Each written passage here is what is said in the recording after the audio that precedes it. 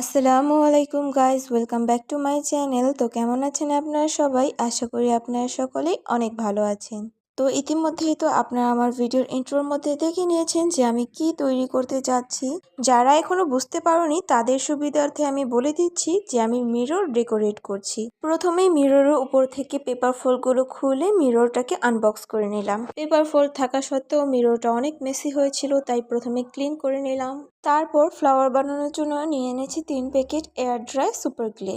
আমি কিন্তু মিররটা multi colour ও different টাইপের ফ্লাওয়ার দিয়ে ডেকোরেট করতে চাচ্ছি, তাই ফার্স্টেই বানিয়ে নেব সানফ্লাওয়ার। তো সানফ্লাওয়ার বানানোর জন্য প্রথমেই আমি মাঝখানের রেনুটা তৈরি করে নিচ্ছি।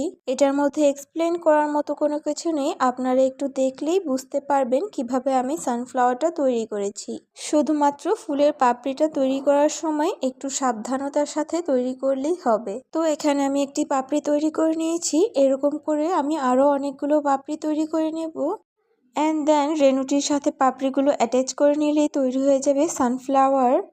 তারপর আমরা চলে যাব নেক্সট ফ্লাওয়ার তৈরি করার প্রসেসে। এটাও খুব সহজ, শুধুমাত্র মাঝখানে একটা রেনু বসিয়ে সেম পাপড়িগুলোই বসিয়ে দেব, শুধুমাত্র ডিফারেন্ট কালারের। আমি কিন্তু সবগুলো ফ্লাওয়ারে এই হলুদ রঙের রেনুটি বেশিরভাগ ব্যবহার করেছি। এর পরের ফ্লাওয়ারটা তৈরি করার জন্য আমি হাত দিয়ে ক্লেটাকে রাব করে লম্বা করে নেব। অ্যান্ড দেন চ্যাপটা করে নেওয়ার পর পাপড়িগুলো কিছুটা এমন দেখাবে। তারপর একে একে জোড়া লাগালে কিন্তু এই সুন্দর ফুলটি তৈরি হয়ে যাবে। আমি এখানে আরও অনেকগুলো ফুল বানিয়েছিলাম যেগুলোর ভিডিও করে ওঠা হয়নি। আমি কিন্তু এখানে কতগুলো ফুল আমার চুলের সাথে লাগিয়ে দেখাচ্ছিলাম যে আপনারা বলবেন এখান থেকে কোন ফুলটা বেশি রিয়েলিস্টিক হয়েছে। এখন ফুলগুলো মিররে লাগিয়ে নেওয়ার জন্য প্রথমে একটা কার্ডবোর্ড কেটে নেব ও আয়নার সাথে এই কার্টুনটা লাগিয়ে নেব যেন ফুলগুলো এই কার্টুনটাতে লাগাতে খুব সহজ হয়। এই কার্টুনটার চারিপাশে কিন্তু ভালোভাবে গাম লাগিয়ে নিতে হবে, না হলে কিন্তু পরে ছুটে ভেঙে যাবে আয়নাটি।